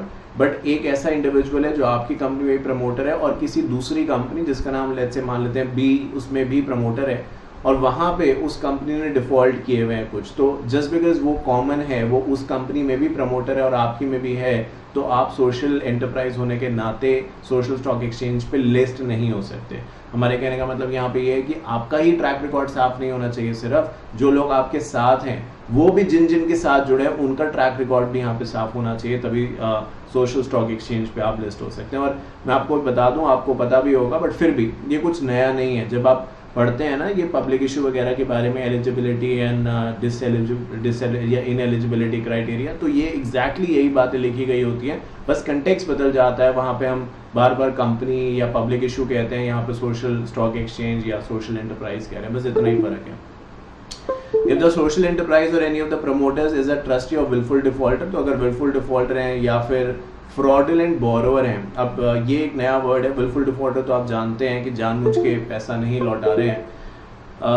फ्रॉडुलेंट बोरोवर, अब देखिए फ्रॉडुलेंट बोरोवर कुछ नया है और यहाँ पे वो इसलिए ज़रूरी हो जाता है क्योंकि नीयत जिसकी खराब है, आप चोर को पैसे दे रहे हैं कि भाई ये संभाल के रख लो, आप क्या उम्मीद करते हैं वो रख लेगा संभाल के?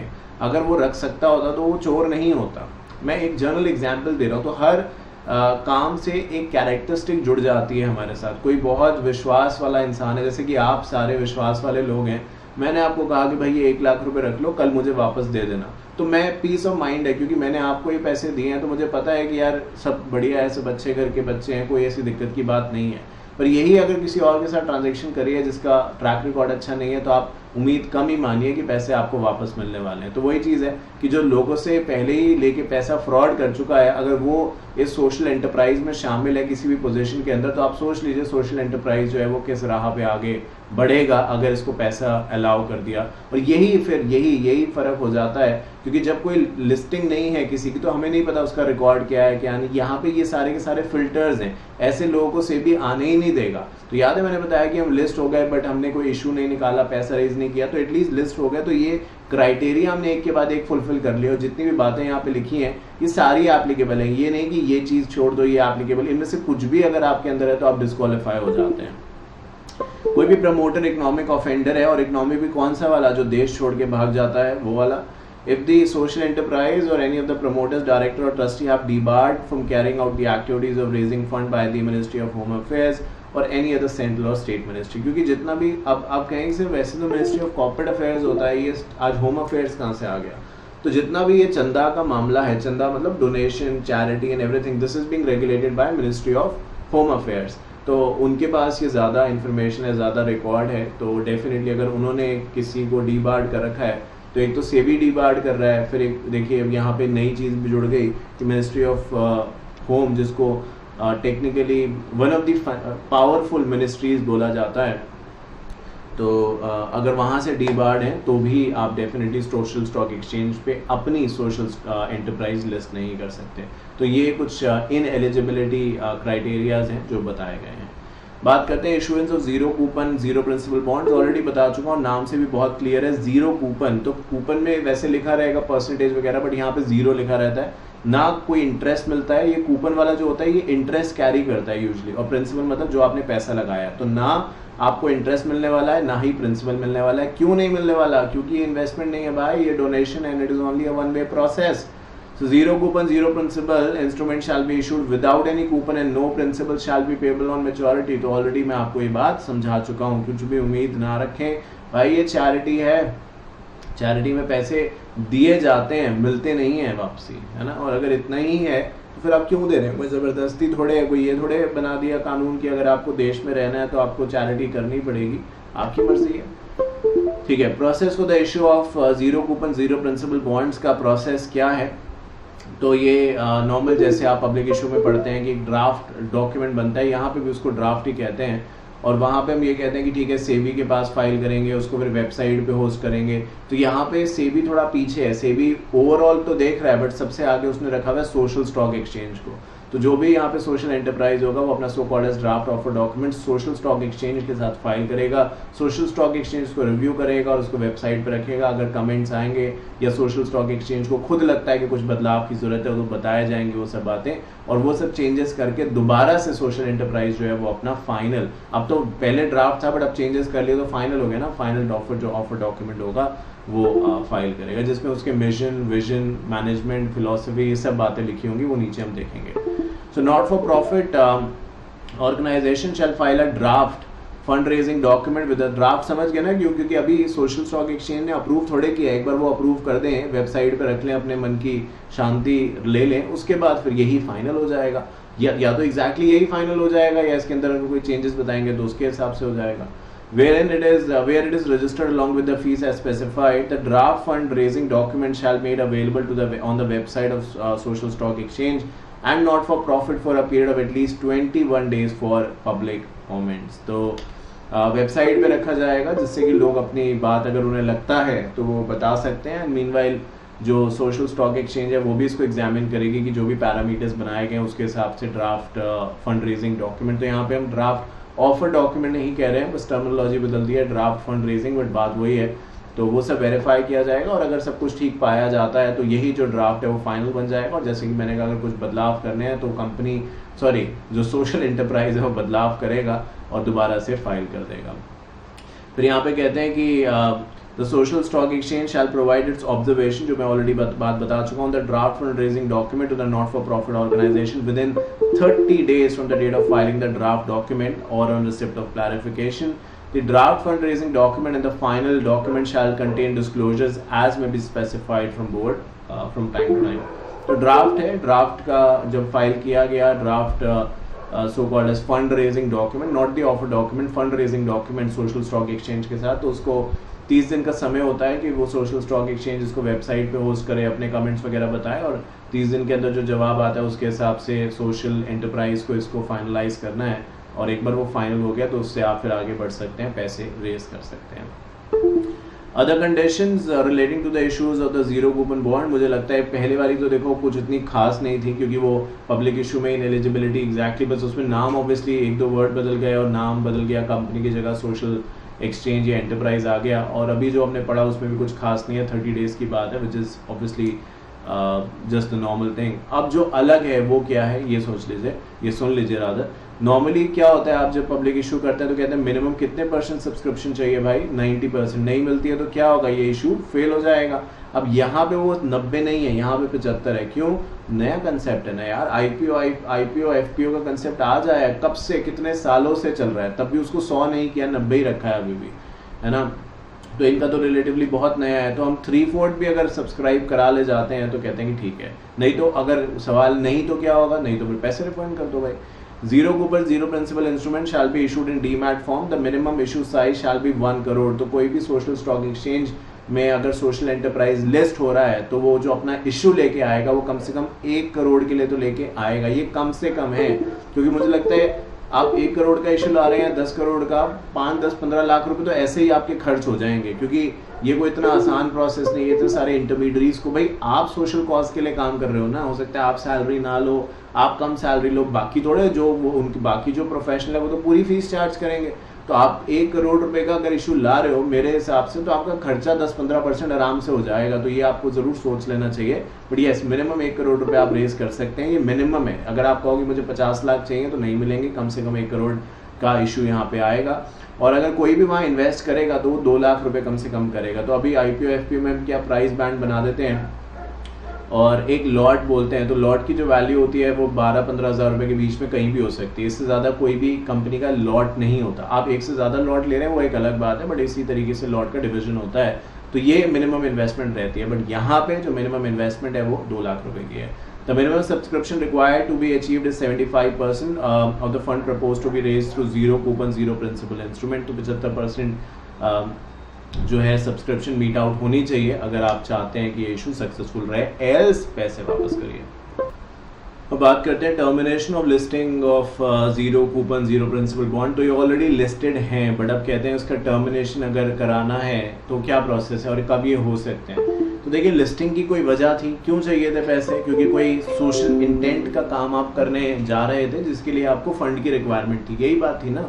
अब वो काम हो गया है, या जो उसका टाइम था वो पूरा हो गया है, तो वो कहते हैं कि ठीक है, फिर जो ये zero coupon so called as दिए हैं, जीरो प्रिंसिपल्स इंस्ट्रूमेंट इशू किए हैं, इनको डीलिस्ट कर देते हैं। अगर ये लिस्टेड रहते भी हैं तो किसे फ़र्क पड़ता है, क्योंकि ये तो हो नहीं रहा कि मैं इसको बेच दूं और मुझे पैसे मिल जाएं। अभी वो बात कर ली हमने, इसका मतलब ये जीरो कूपन जीरो प्रिंसिपल मतलब ना कोई इंटरेस्ट मिलने वाला है, जीरो कूपन मतलब नो इंटरेस्ट, जीरो प्रिंसिपल मतलब जो पैसा लगाया वो भी नहीं मिलेगा। तो लिस्ट है नहीं है, ये तो सिर्फ एक मन की शांति वाली बात है। अगर लिस्ट नहीं पहले थे और अब ये नहीं है तो इसका मतलब 2 में से एक बात है, या तो जिस पर्पस के लिए बने थे वो पर्पस अब पूरा हो गया है, या इन्होंने कहा था कि 2 साल के अंदर हम ये काम पूरा कर देंगे, तो 2 साल हो चुके हैं पूरे। तो इनमें से अगर कुछ भी चीज़ सेटिस्फाई हुई है तो ये डीलिस्ट हो जाएंगे, या यूँ कह लीजिए इनके टर्मिनेशन हो जाएगा।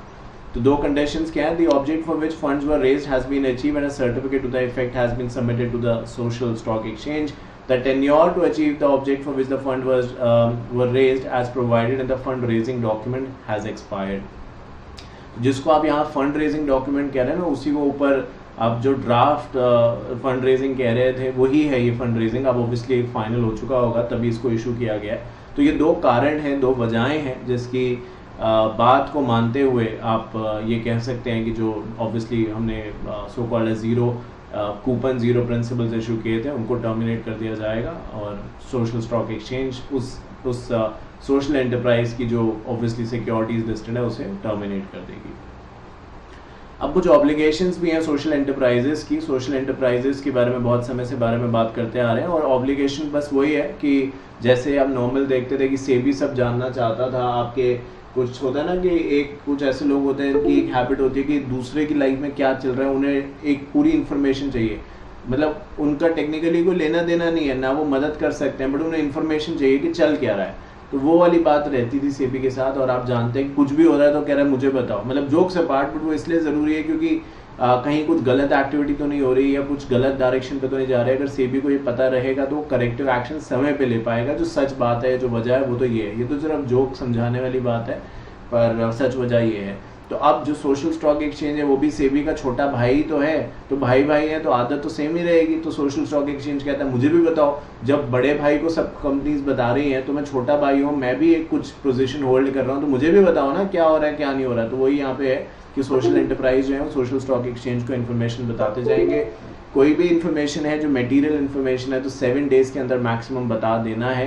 क्या इन्फॉर्मेशन है, क्या उसका इफेक्ट है, कैसे सोशल एंटरप्राइज उस चीज़ के ऊपर काम कर रहा है कि उसके एडवर्स इफेक्ट ना हो, ये सब बातें आपको बतानी पड़ेंगी। Social enterprise whose designated exchange या whose designated securities are listed on social exchange shall disclose to social exchange where it is registered or has listed specified securities any event that has a material impact on the planned achievement।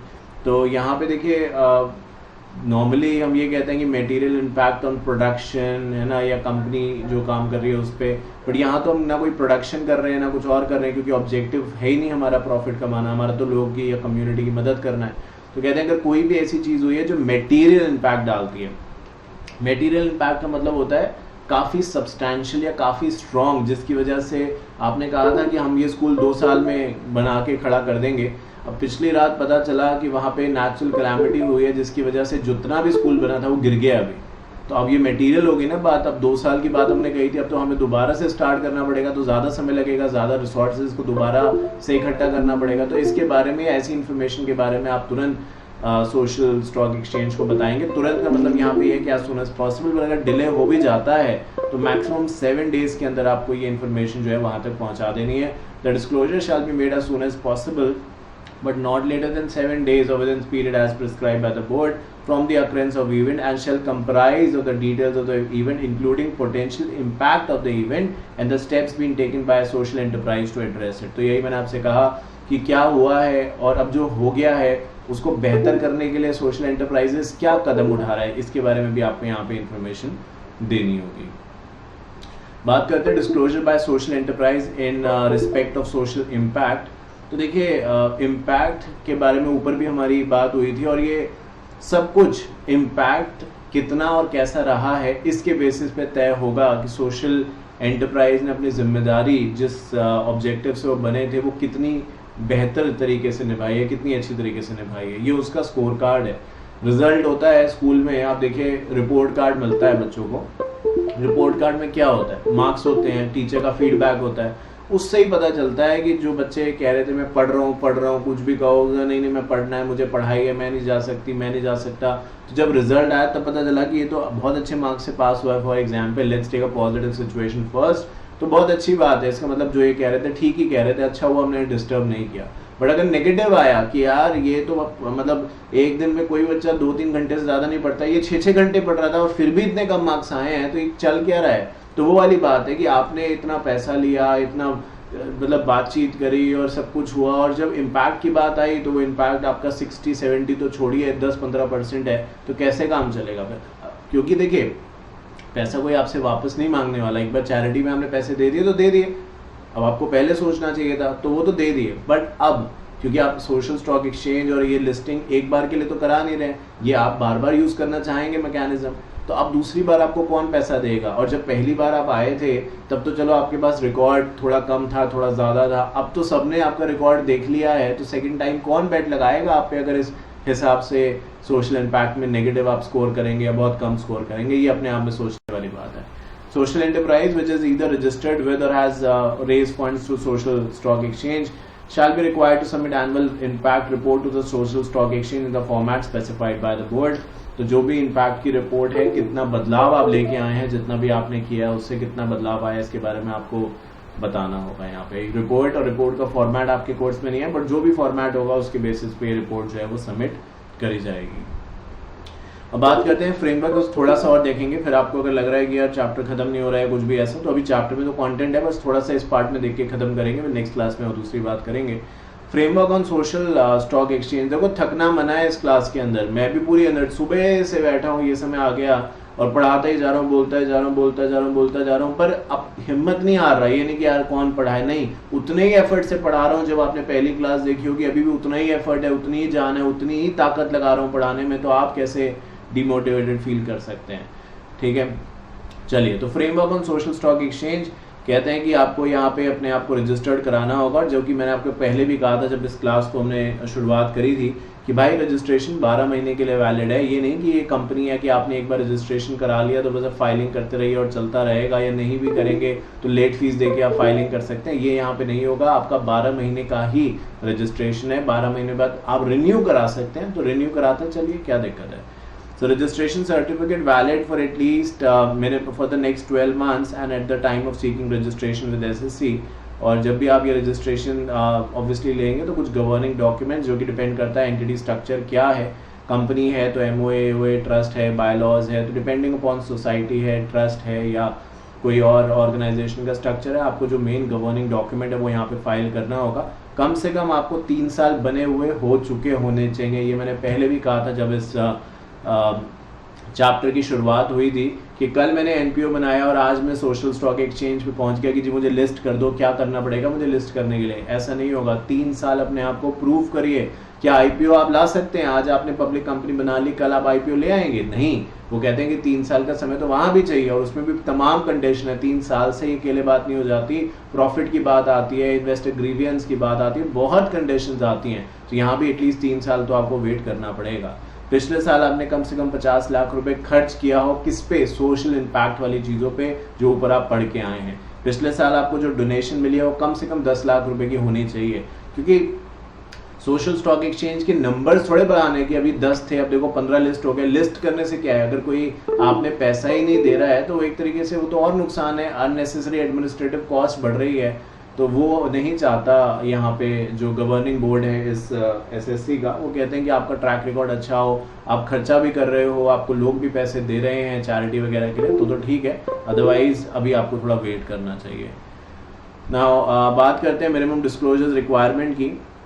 तो ये वो सारे disclosures requirement हैं जो मैं I think आपसे कुछ देर पहले भी कह रहा था। जब आप फंड रेज करेंगे, और फंड रेज भी स्पेसिफिकली 0 कूपन 0 प्रिंसिपल्स इंस्ट्रूमेंट को इशू करते हुए करेंगे, तो सो कॉल्ड एज जो अपना ड्राफ्ट है और जो बाद में फाइनल फंड रेजिंग डॉक्यूमेंट बन जाता है, जिसको दूसरे आसान शब्दों में कंपनी के कंटेक्स्ट में ड्राफ्ट, पहले ऑफर लेटर होता है, फिर वो प्रोस्पेक्टस भी बन जाता है, तो उसमें जो जो आप इन्फॉर्मेशन लिखते हैं वैसे ही कुछ इन्फॉर्मेशन यहाँ पे भी आएगी।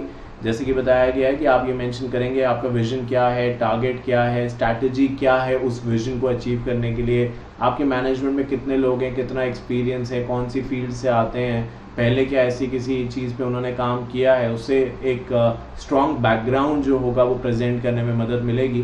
पहले अगर कोई सोशल आपने, क्योंकि हमने कहा कि मिनिमम पहले 3 साल तो हो चुके होने चाहिए, तो पिछले 3 साल में आपका क्या स्कोर कार्ड रहा है ये भी हम यहाँ पे बताएंगे, जिससे कि लोगों के दिमाग में एक इमेज बने हमारे काम को लेके, और वो हमें ये ना सोचे कि ये कोई भी हैं, हमने ऑलरेडी अपने आप को प्रूव करके दिखाया है। ये सब बातें जो है वो इसीलिए बताई जाती हैं।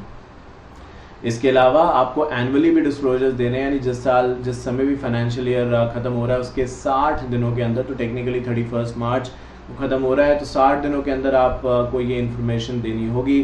The following disclosure would be made by an NPO on annual basis, that is within 60 days. क्या क्या? नेचर ऑफ ऑर्गेनाइजेशन आपका क्या है, हेडक्वार्टर्स क्या है, मिशन विजन पर्पस जो आपके ऑफर डॉक्यूमेंट में भी होगा वही आपको यहाँ पे कट कॉपी पेस्ट कर देना है। गोल्स क्या हैं, इन्वेस्टर्स के तौर पे बात करें, कौन वो इन्वेस्टर हैं या कंपनीज हैं जिसने आपको सबसे ज़्यादा पैसा दिया है, उन टॉप डोनर्स की लिस्ट भी आप यहाँ पे बताएंगे। तो भाई गवर्नमेंट तो ये भी देख रही है ना कि जो पैसा इतना चैरिटी में दे रहा है, पता चला CSR में डिफॉल्ट कर रहा है, यहाँ पैसा दे रहा है, ये बड़ी अलग बात है भाई। अगर इतना पैसा है तो CSR में क्यों डिफॉल्ट कर रहे हो? जब CSR की ऑब्लिगेशन लागू है तो उसको भी करो ना, ये तो मैंडेटरी नहीं है, वो मैंडेटरी है, और कोई कंपनी मैंडेटरी काम को छोड़ के यहाँ पैसा दे रही है, तो ये कुछ समझ नहीं आ रहा। तो फिर वो पूछेंगे, सवाल जवाब होंगे कि ऐसा आप क्यों कर रहे हैं। प्लस इनकम टैक्स पर्सपेक्टिव से भी पता चलेगा भाई देखो चैरिटी में आप कब पैसा दें, थोड़े बहुत पैसे तो हम दे सकते हैं, उनकी बात कोई नहीं पूछ रहा, कह रहे हैं कि टॉप वाले बताओ जिन्होंने सबसे ज्यादा दिए, तो जरा उनका भी हिसाब किताब देखा तो जाए कि इतना पैसा वो अगर चैरिटी में दे रहे हैं तो आखिरकार उनके पास पैसा आ कहाँ से रहा है भाई, ये तो पता चले। तो ये बात जो है वो यहाँ पे कही गई है।